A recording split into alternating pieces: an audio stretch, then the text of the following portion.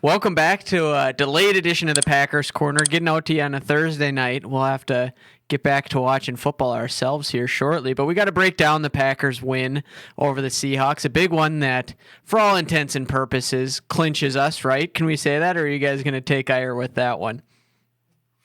No, I'm cool with it. Cool with it, Griffey. Go ahead. My dad looks a little bit nervous. We'll get his thoughts on the other side. We're going to jump into a little autumn wind as winter is actually upon us here.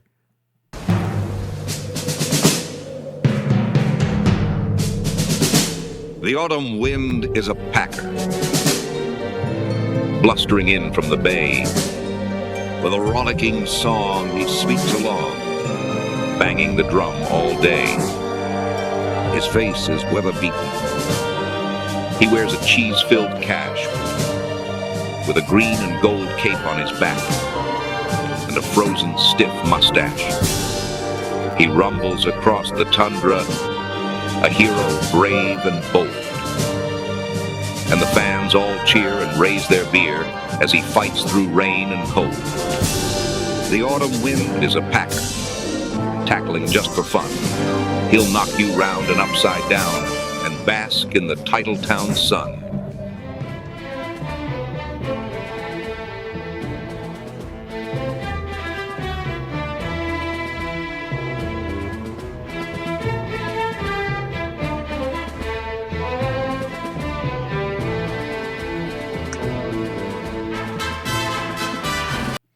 Well, I'm pleased to see the basking in the Titletown sun from Brett at the end of that video. The question is, are we on the same trajectory? And we got a couple things to get by first before we get ahead of ourselves, namely the Saints for this week.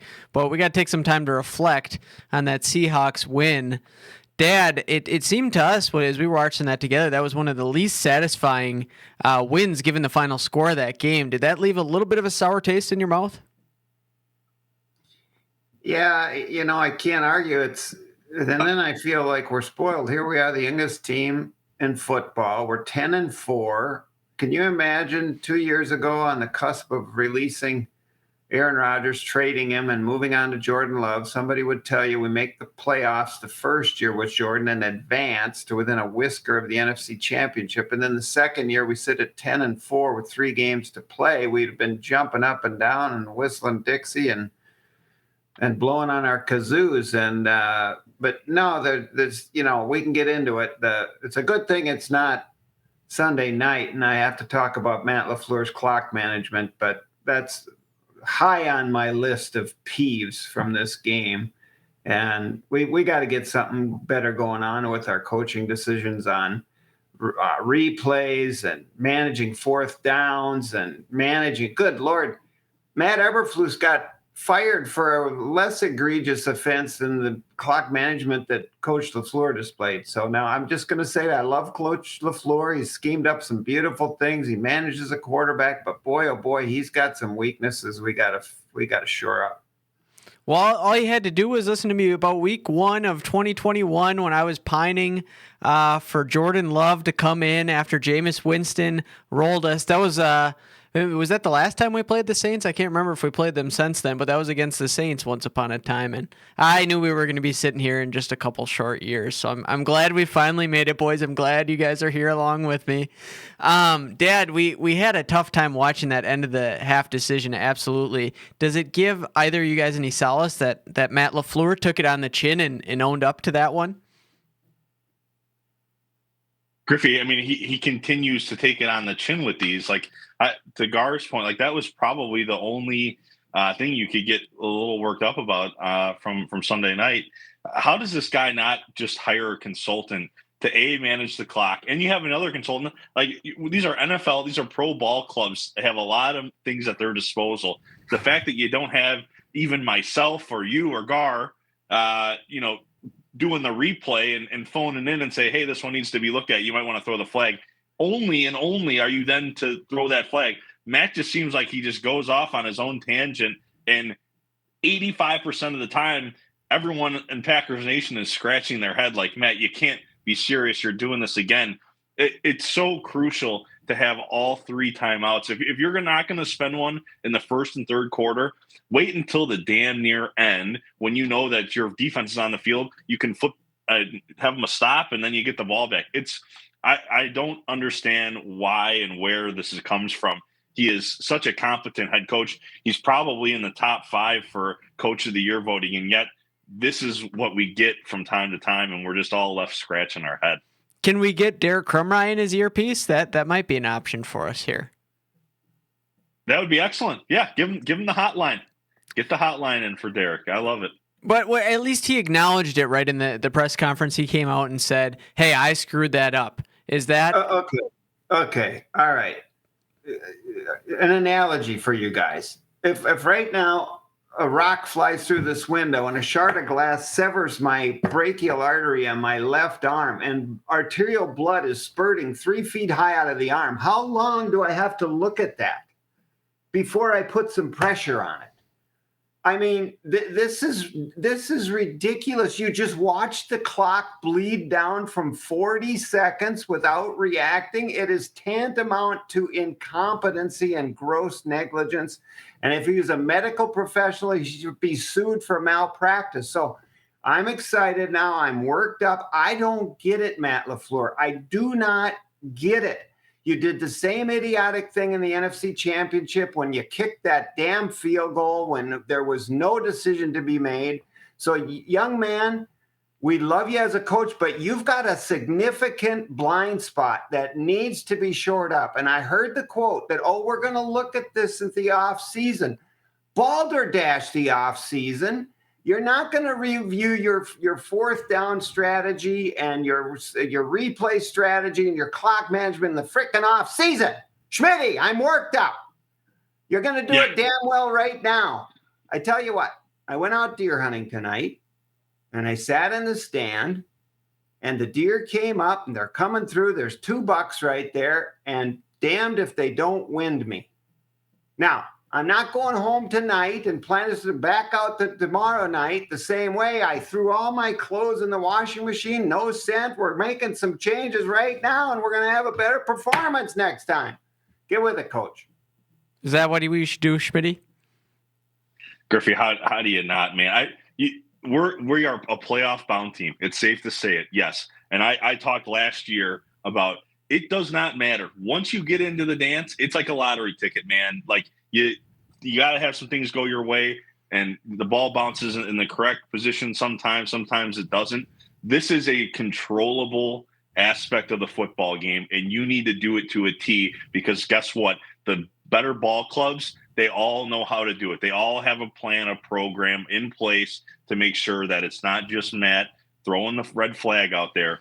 There's a plan in place. These are NFL operations. I don't know how he's gone this long with such incompetency in this aspect of the football game.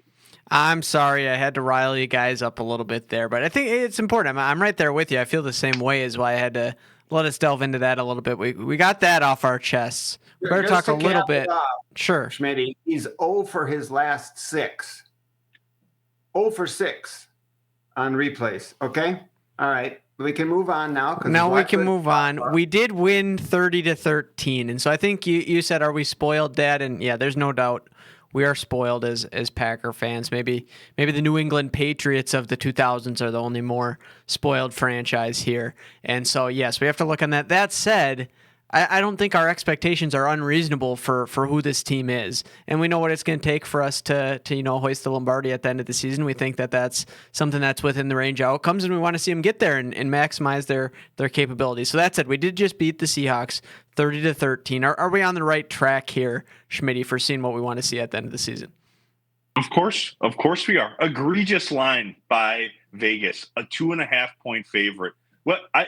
We all knew that we were a touchdown or better than this team on Sunday. It wasn't a question. Romeo Doubs, Griffey, again, is he going to be the guy that actually gets the contract amongst the wide receiver corps? I think we would all be okay with that at this point. Josh Jacobs, again, I think he touched the ball 10 of 11 times to start the game. Fantastic performance by him. Our offensive line decides to show up. Griffey, the best part of all this is that Mr. Hafley is the unsung hero. What a scheme that he put together. 7 sacks on Sunday night, 6 by different players. I'm just so enthused about where this team is. We love the word ascending, ascension. How is this team not that in front of our eyes? I just completely impressed. Edgerrin Cooper, Griffey, PFF #1, the #1 rated player across all of football. Edgerrin Cooper was absolutely everywhere on the field on Sunday night. Did so many great things. You see the talent just oozing out of him. As much as I would love to see him tandem with Quay Walker, which I don't know where his injury lies at this current place. Edgerrin Cooper is one that you're going to be able to count on for many, many years, I believe, and will be one of those premier linebackers that we haven't had in a long time in the middle since an AJ Hawk, who who's drafted 5th overall a long time ago, but I don't know if he even comes close to the skills and talent that this Edgerrin Cooper has. So incredible performance. It's funny, like I know you two are watching the game and we're just like, this is a pretty ho-hum performance as we just roll the NFC West leader. Like we are blessed. We are blessed. Jordan Love continues to show you glimmers of MVP like performances, and goodness, Toyotathon, Jordan Love. What's that all about? Toyotathon. What is he doing? Seen? We'll have to get a graphic here or something. But this is Gar's Fumblerooski. This is I don't know anything about it. Well, look up Jordan Love's numbers in Toyotathon versus not during Toyotathon, and he's got for his career. I'm pulling this out of nowhere a little bit, but he's on the order of 30 touchdowns and 2 picks during Toyotathon over his career, and he's like 28 and 26 picks not during Toyotathon. So this coincides with sort of the spike in statistics we've seen at the end of the season last year, and he's doing it again this year. Love it. Might be seeing me drive around in the Toyota here very shortly. I got a RAV4, so I'm doing my part for the green and gold that way. Dad, what do you make of the pass rush, given the fact that Sam Howell looked a little bit like a deer in the headlights back there? I'm not quite done venting. Okay, 30-13. However, late in the middle of the fourth quarter, we're 23-13, having had 3 possessions in which, and Christian Watson had a great game. Love the kid. He's definitely getting better. Christian Watson has a ball go off his hands from about 8 yards away to get us out on downs. Jaden Reed falls down running an out pattern, and we give the ball over on downs. And then our bell cow, Mr. Jacobs, fumbles.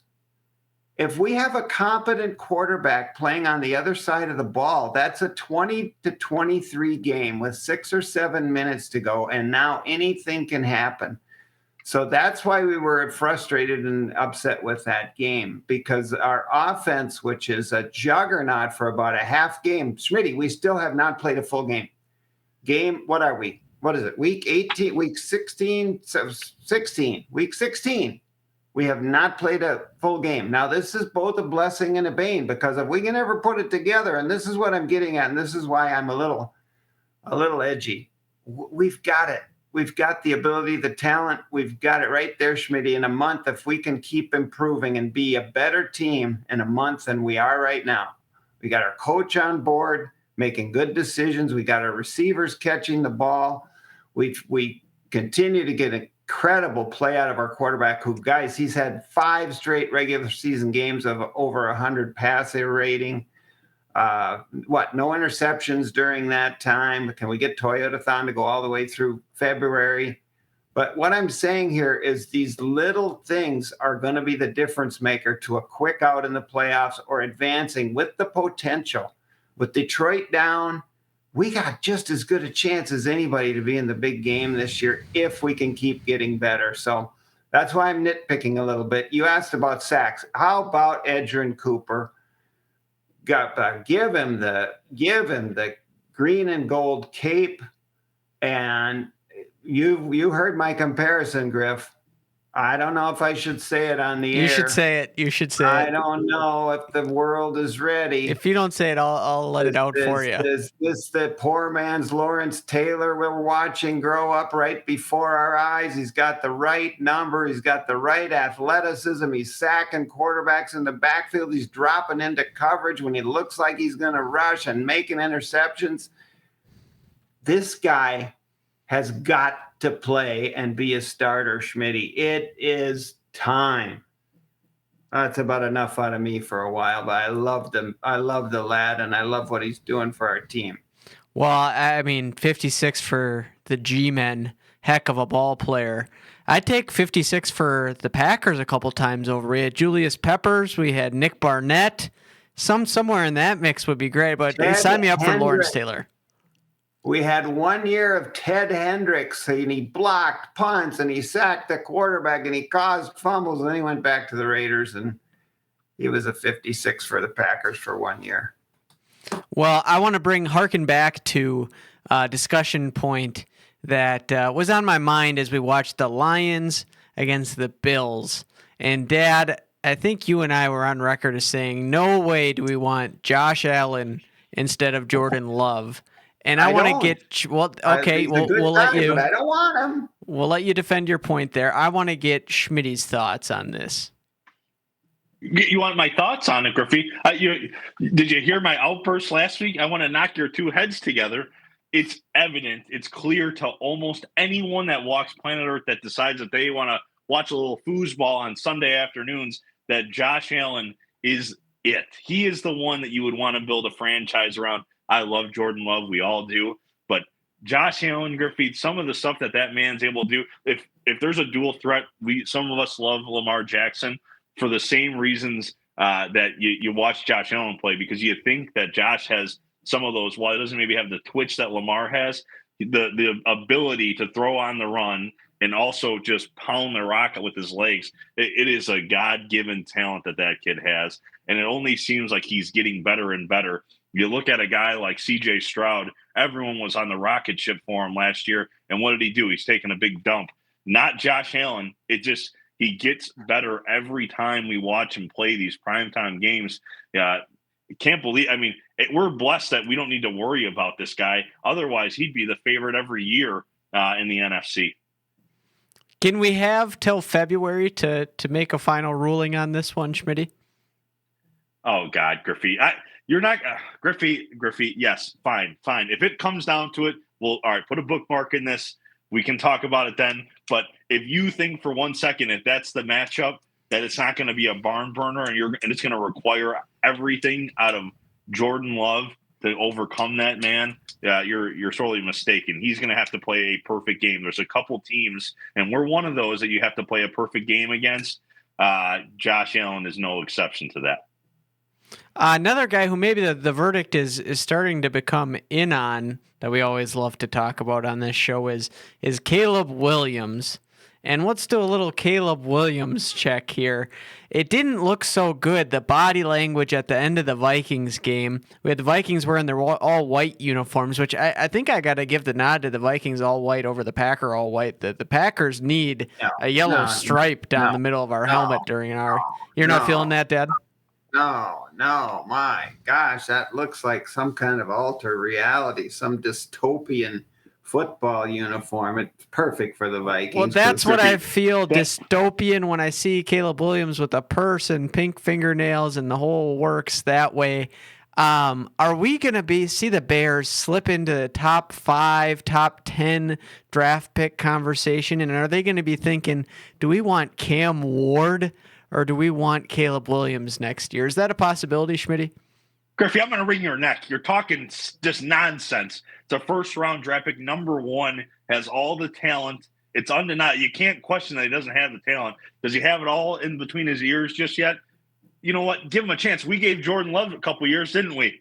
Okay, we gave Aaron Rodgers a couple years, didn't we? There's a recipe to success. The fact that other teams don't mimic what we do is it's mind-boggling that we can't get other teams to follow in line with the Green Bay Packers. We've been doing it now for 3 decades. He needs time, Griffey. He does need time to learn the playbook, to learn the schemes. that offensive line is atrocious. They need to spend whatever, move up in the draft if you can, and get a left tackle from Alabama. The guy's an absolute stud, and they might just get there out of sheer standings at this point. He just needs time. That's an awful organization, and it continues to be. Do we think that they're going to compete the rest of this year, next year, the year after that? I don't know. Probably not, because now the rest of the teams in the division are just that good, and you got to play us 6 times over. You're 1-5 at best now, it seems, at this point. So there's not the 13 and 14 that I once predicted. And I don't know if they're going to come close to that in the next how about this, decade. Schmitty, and I want to get my dad's thoughts on this too. Maybe some team out there is dumb enough to still give up a number 1 for him. Maybe it's a number 2. Maybe it's a number 1. Who knows? Do you think about Cam Ward and a number 1 instead of Caleb Williams, or Shedeur Sanders and a number 1 instead of Caleb Williams? Dad, I want you to get your thoughts on that, and then also what you think of the Vikings taking care of business against those guys on Monday night. Well, my comments go straight to the Bears as an organization, because that unbelievably pitiful game, the Bears put in their defensive guard or nose guard or whatever, number 68. They haven't even instructed him to report into the game. He blasts a hole bigger than West Texas, and the running back runs in to make the game 13-7. That's a ball game. But no, he didn't report. So they get a 10-yard. You can't make it up. It's total incompetence. They got incompetent coaches running the outfit. Matt Eberflus was better than this guy, and the defensive coordinator was better. It's just unbelievable. So I really think that Caleb Williams is in a bit of an untenable. So I know you got a personal axe to grind with Caleb Williams. I see the talent, but I will say this. Looked to me like what the new OC there that they replaced came in. They ran a lot of wide receiver screens, and they had Caleb Williams scrambling, and people have figured it out. We're not letting him out of the pocket. We're not taking these 2-yard passes and turn them into 12 and 15 yarders. And as soon as they stopped him from doing that, it was ball game over. Because as was it, who was announcing the game? Was it? It wasn't Troy Aikman, Collinsworth, or whoever it was. Yeah, it was pointing out that he was missing receivers open and zones all over the place. So he's not being coached up. He can't see the fields, not recognizing the guy. So I'm with Schmitty. Get him a good coach, and I think he's going to be a good ball player. But I don't think the Bears will do it. So who knows? Maybe they will take Shedeur in a number 1 and screw him up. But I don't think Dion will let his son go to the Bears. How do you like that, Schmitty? Griffey, Sam Darnold, I mean, the guy saw ghosts at one point. He was the number 2 pick in the league, and now look at him. He's about to get a $100 million contract. So organization, that it does play a part. You can come back from seeing ghosts. I don't think you can come back from the pink nails. That's my 2 cents on that one. And you said you don't move on from an early, talented guy like that. The Cardinals had Kyler Murray come around, and they didn't think twice about moving on from Josh Rosen. And so we'll see. Now that man, Josh Rosen, had a hot tub in his dorm room. I thought there was some potential with that guy, but the Cardinals had no problem, moving on real quick.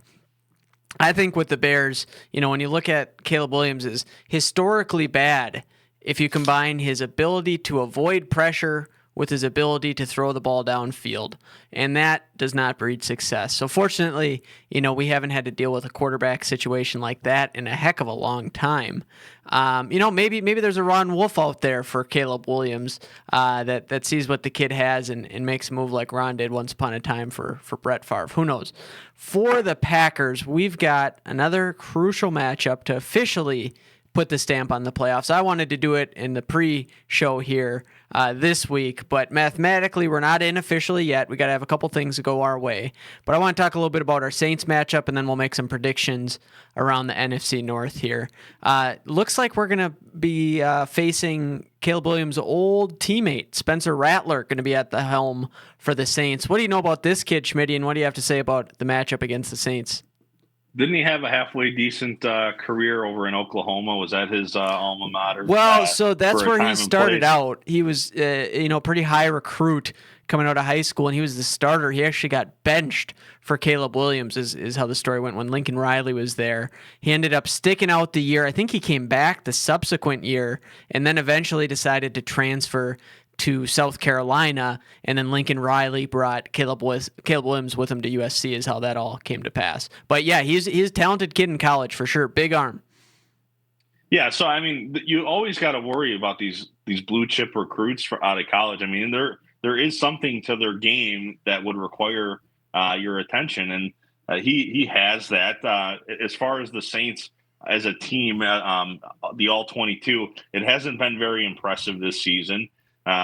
They have MVS as their best threat on the outside, which, as we all know, he was less than didn't get many of people's approval. He dropped just way too many balls, and so if he's the guy that you're relying upon, I don't think they have Olave at this point.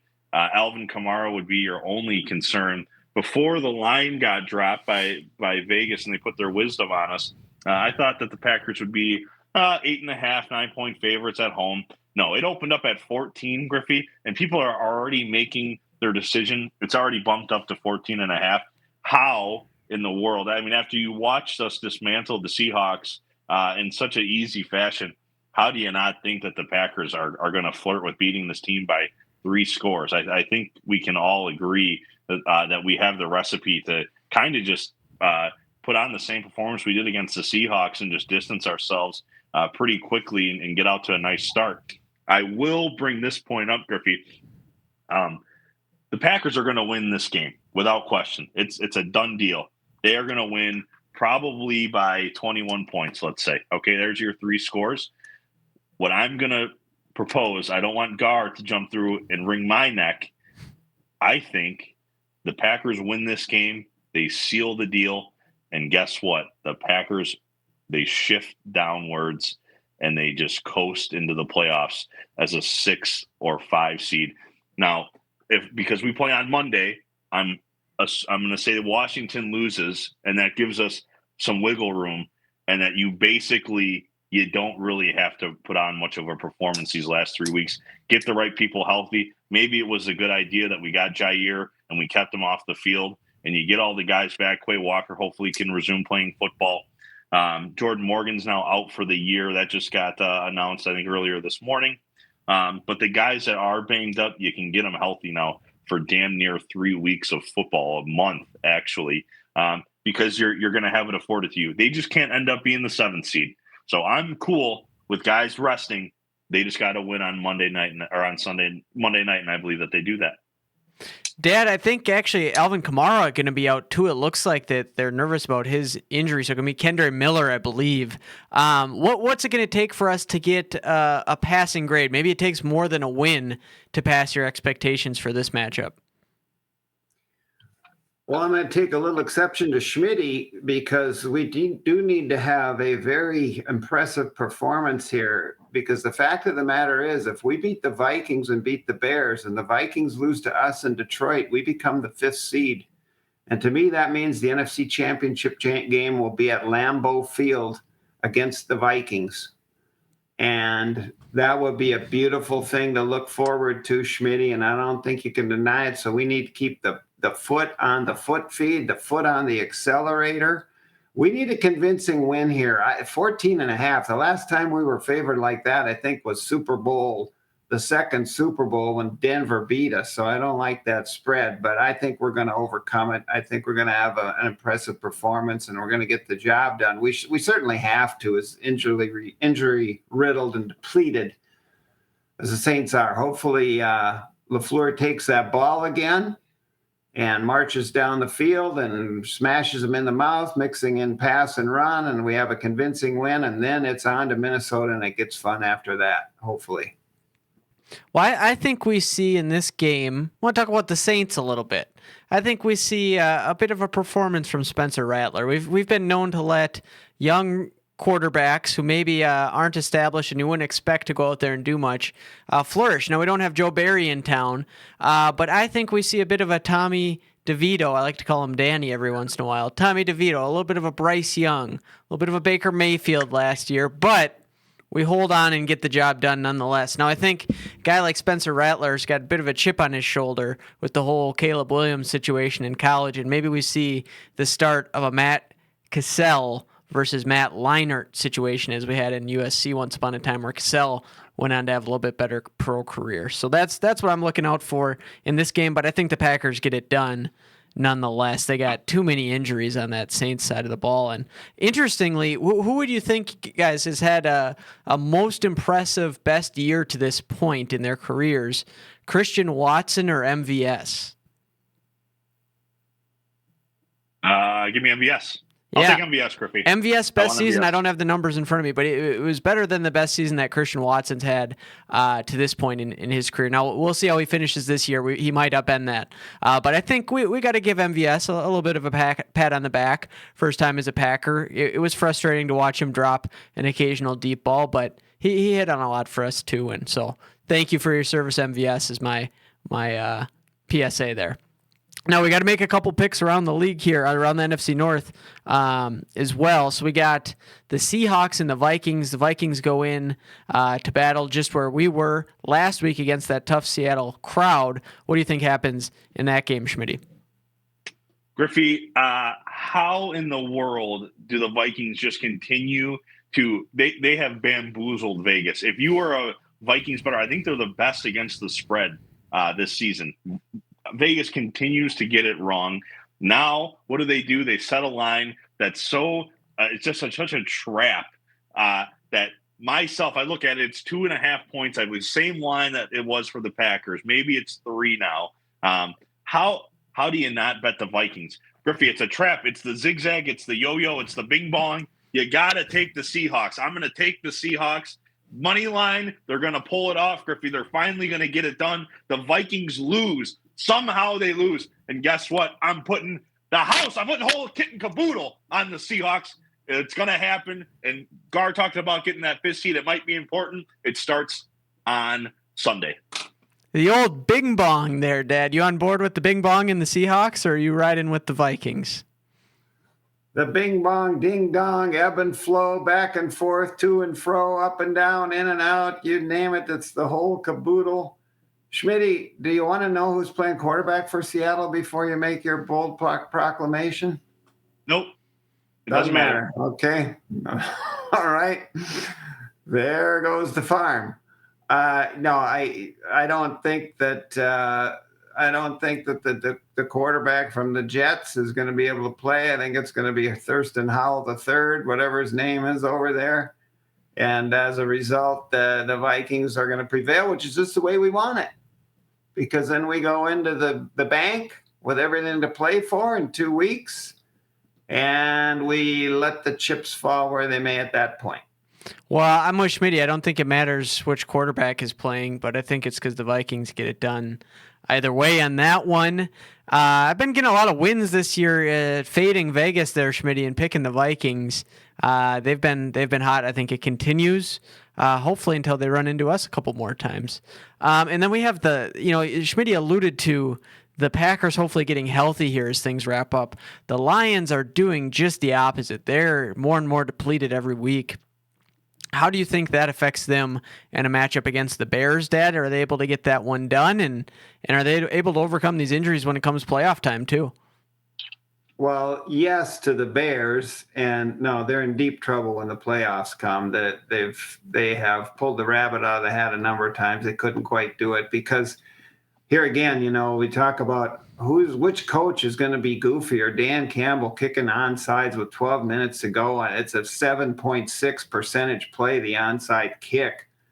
And he goes ahead and does it, admits after the game it was kind of goofy, but he said, that's the way it is. Well, that's the way Dan Campbell is. I mean, a lot of people love him. I think he's an idiot. He's a great coach, but he's like LaFleur. He needs somebody standing by inside with a baseball bat to whack him in the head when he starts making these idiotic, no percentage play decisions. It's like baseball managing. You put the left-hander in against the right-hander because he's got a 100-point better batting average, for crying out loud. Somewhere along the line, you got to look at the percentages, and this guy doesn't know a percentage of it hit him in the face. So but they'll get it done this week. But I think they're in deep trouble when it comes to playoff time. Well, even worse than the one that he did kick onside was then the next one he kicked deep. It blew my mind too, Dad. I was right there with you. Schmitty, what do you think about your boy Caleb against the Lions? Yeah, Griffey, Caleb, he doesn't have a shot. It's going to be very, very brutal for our friend, Mr. Caleb, with the painted nails. Hopefully he puts on a nice color on Sunday. Yeah, I get really excited when he does a nice color. Are we going to see Tyson Bagent out there? You're not going to see Tyson Bagent unless Caleb gets hurt, which got knocked out. I hope he doesn't, because he's a really cool guy and he wears nice fingernail paintings, and he has really cool designer bags that I think are really fancy. I like them a lot. Griffey, as far as the football goes, even with all the injuries, the Lions are still the crown jewel of the NFC North. I don't want to say without a doubt that the Vikings are now the best team in the North, because I thought that the Vikings were going to win this whole thing last week. I'm starting to maintaining that to this day, and it only gets stronger because the Lions are getting injured at the wrong time of the season. However, that we still got to see them finish out the rest of the year if they really want that first round bye, which I think is now crucial. Because everyone and their mother thinks that it's now the Eagles that are the team to beat. And you start to look at the division odds, the team to win the NFC title, it would be the Eagles. So the Lions get it done, but I don't know if it's in convincing fashion anymore with how many injuries they have that are season ending. They don't get it afforded to them to rest because these guys are done for the year. McNeil, I believe Anzalone, and a couple other cats. So unfortunate timing for them. Well, I mean, I get the concern over the injuries and so forth, but we saw Jared Goff throw for 494 and 5 touchdowns. This team can absolutely beat anyone, and I think the reports of their demise are greatly exaggerated at this point. So I look for the Lions to get it done, and I look for them to be tough out for whoever draws them in the playoffs in any round. That said, I do think they get it done against Caleb this week, and I do think we see Tyson Bagent. We'll see what that looks like, but I think it's Cam Ward time for the Bears, as you guys have heard, and that's all I have for you on that front for today. Now, before we sign off for the week, gentlemen, let's show off the record, and I want to hear any closing thoughts for our Packers Corner faithful, Schmitty. Packers Corner faithful, there is a new documentary on Netflix talking about our friend Mr. Aaron Rodgers. Okay, he said, and I love him to death. I would kiss him on the mouth. I'd be his combative boy in Malibu if he so let me. That'd be my biggest dream and wish if I won the lottery. That's what I would want to do with the rest of my life. Griffey, great documentary, 3 hours of worth your time, and everyone that's a Packers fan. He did say one thing that I disagreed with because he quoted a man. He said, "Winning isn't everything; it's the only thing." And he had something to say about that I didn't agree with. He didn't like that. He buried Lombardi, Schmitty? He didn't like that statement, and I gotta disagree with the man. How could you like it if you finished your career like Aaron Rodgers did? That's you start to wonder if that mentality started to creep through towards the later end of his career with us. You know who agrees with that sentiment, Schmitty? Tom Brady agrees with that sentiment. Yeah, I don't know how you don't, and I'm going to ask. I hope I get my time with Jordan Love at face to face at one point in my lifetime. So I'm going to ask him that very question: what he thinks about that statement. Does he agree? Does he not? I bet you right now that he would agree that it is the only thing that matters to him and to the Green Bay faithful. So stay strong, because I think we just might have a chance this year, and you might get to see us all parade down Bourbon Street. So lock in, everyone, lock in. It's getting dark pretty quickly because that means some good football is on its way. Lock in for the final ride here. Schmitty, you just ticked me off so bad. I was starting to heal from the end of the Aaron Rodgers drama there. And, after a couple of years, we were able to welcome Brett Favre back with open arms, and I was getting there even a little bit quicker with Aaron. It's been tough to watch him and feel bad for him a little bit this year, and he didn't betray us and go to the Vikings, and so I was maybe getting to the point where I was rooting for him. But if he's on there burying Lombardi, I'm going to have a tough time stomaching that. Dad, I'll hand it off to you while I stew over here a little bit, but any closing thoughts for the Packers Corner faithful?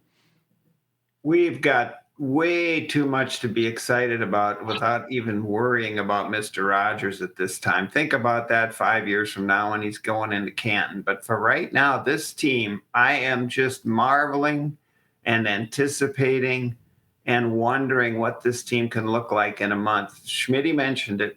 We've mentioned the word before, ascending. We got so many guys who have the potential to be ascending. And one thing Matt LaFleur seems to be good at is getting guys to peak at the right time.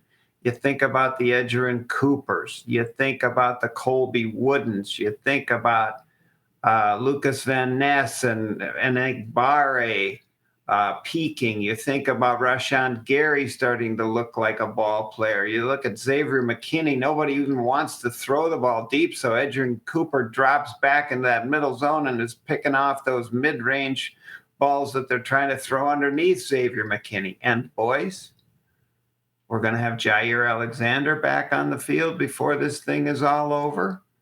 You think about our young receivers. Is Mr. Wicks going to stop being a sophomore and start playing ball like we know he can? Christian Watson has started to ascend, made a hell of a play on the sideline that looked like a real live all-pro type NFL receiver, twisting his body, getting both feet in. And then something tells me that our boy, Mr. Jordan Love. Now, Schmitty, Josh Allen's a hell of a ball player, but he's been starting for what, 5-6 years? 5-6 years a starter in the NFL? Our boy has started 30 games. 30 games. He's nowhere near what he's going to be. But I have a feeling you're going to see a little piece of what he's going to be somewhere down the line here in the next month. And if he does, watch out. It's going to get real exciting. So hopefully all those pieces come together and we are calling Toyota to get them to extend their Toyota-thon right into mid-February. I love it. What kind of cheese you got for us, Dad? I'm going with back to basics. We're just going to do a little old Kraft cheese. You see what I did there? And Tucker Kraft is going to play ball these last month like you can't believe. You know why? Because Luke Musgrave's coming back, and they're not going to know what to do with that tandem.